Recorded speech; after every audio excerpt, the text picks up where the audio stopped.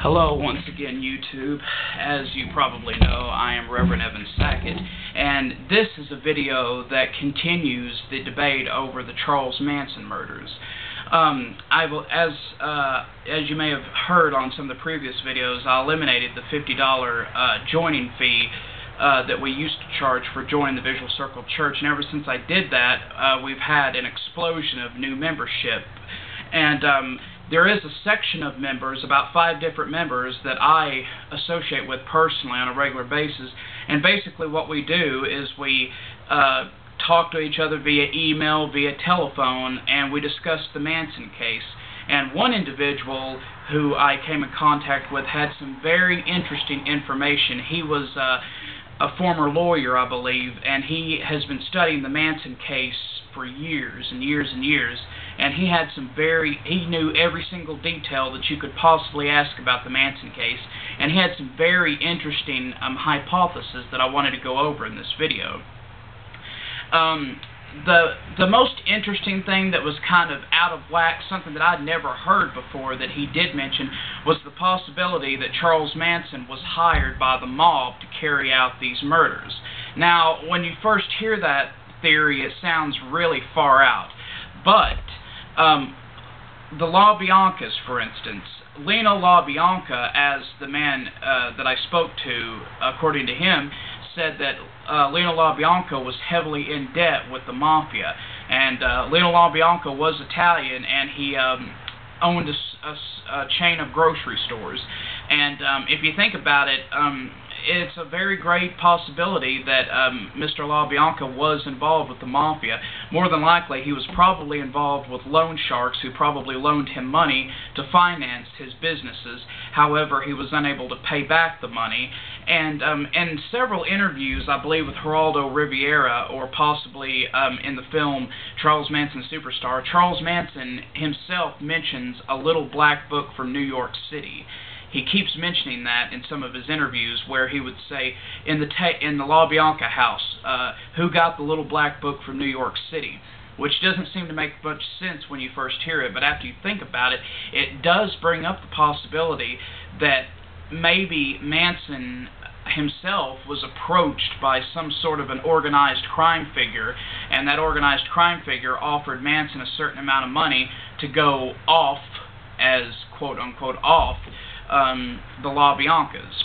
Now, that is a theory that the man that I spoke to had. Of course, there's no way of knowing.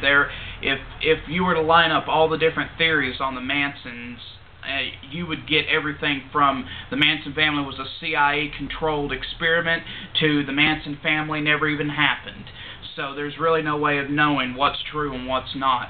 But I myself have realized that all of the information that is being fed to the public about the Charles Manson murders has come mostly from Vincent Bugliosi, who was the prosecutor who prosecuted Manson. And if you notice, the very first book written about the Manson murders, entitled Helter Skelter, was authored by Vincent Bugliosi, and just about every film that has been made about Charles Manson has had Vincent Bugliosi as its producer, as its co-producer, or as an advisor. So we are basically getting Vincent Bugliosi's view on the Manson murders and no other view. And, I mean, his views seem a little extreme, because he believes that Manson, who had never had a quote-unquote cult in his life, suddenly comes out of prison in 1967, and in less than 2 years he manages to organize a massive family of over 40 members and brainwash them into murdering for him. And we're talking about an ex-con here who is on parole, and I just can't see that as being a possible solution. Manson did have charisma. He was able to attract the ladies. And when there are beautiful women around, the beautiful women are going to attract men. So, I mean, that was probable that Manson definitely did have a large following. But as to the motives, as to what really happened, I mean, who's to say what the cause was, what the motive was, who killed who? And, I mean, every possible angle of the Charles Manson case has been stretched and discussed and pulled out in a million different directions. But there is one other thing that is very interesting. The man who gave me the Mafia theory also gave me another theory about a project called MK Ultra. If you've never heard of MK Ultra, it is a mostly declassified, top secret military CIA-operated project that took place in the 1950s, in the 60s, and some say even into the 70s. The whole objective of MK Ultra was to study mind control. They experimented with LSD. They experimented with sodium pentothal. They experimented with split personalities by taking civilian Americans and putting them through intense traumatic events and traumatizing them to the point of causing them to suffer a mental illness form of psychosis, causing them to split into multiple different personalities. And it is a widely believed theory that Manson himself may have been an MK Ultra subject, because he spent so much time in youth detention facilities in the 1950s and the 40s and the 60s. He was in prison all of his life. And who are going to be the #1 candidates for such a program? Of course, inmates are going to be. An inmate's going to be told, oh, you're going to be doing this, you're going to be doing this project. They're not going to be given the information about what's really going to be happening to them, but they're going to be taken and placed in a program like MK Ultra. And MK Ultra, I've actually been studying on this program quite a bit, and my next book after I complete The Barbaric Soul, I believe is going to be a book about the MK Ultra project.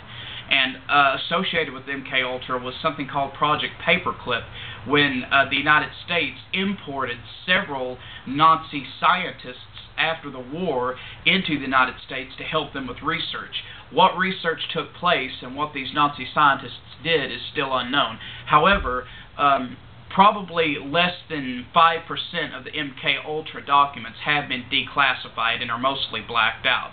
But we get the picture as to what they were trying to do. They were trying to study mind control, because this was near the Cold War era. The threat of the Russians was great. The threat of all-out nuclear war was intense.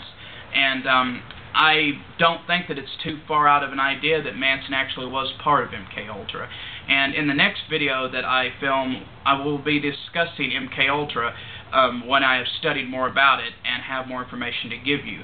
But anyone who wants to pick up on these theories that I've given you about the Manson case, it would be a good idea to read up on them, because you're going to find them on the internet. Any theory about the Manson case you can imagine will be found on the internet. And I hope this encourages others to come forth and realize what the Visual Circle Church is all about. We're not about having one leader stand up and preach about this or that. We're about discussion, about modern events. We want to get to the core of things that have happened in our government, in our society, in our nation, whether it be 10, 20, 30, 40, 50 years ago, and we want to find out the truth. We want to know the truth about MK Ultra. We want to know the truth about the Manson murders. We want to know what happened. And when we get together and put 5 different minds together and discuss these things, we can usually come out with absolutely dramatic results and hypotheses. Thank you.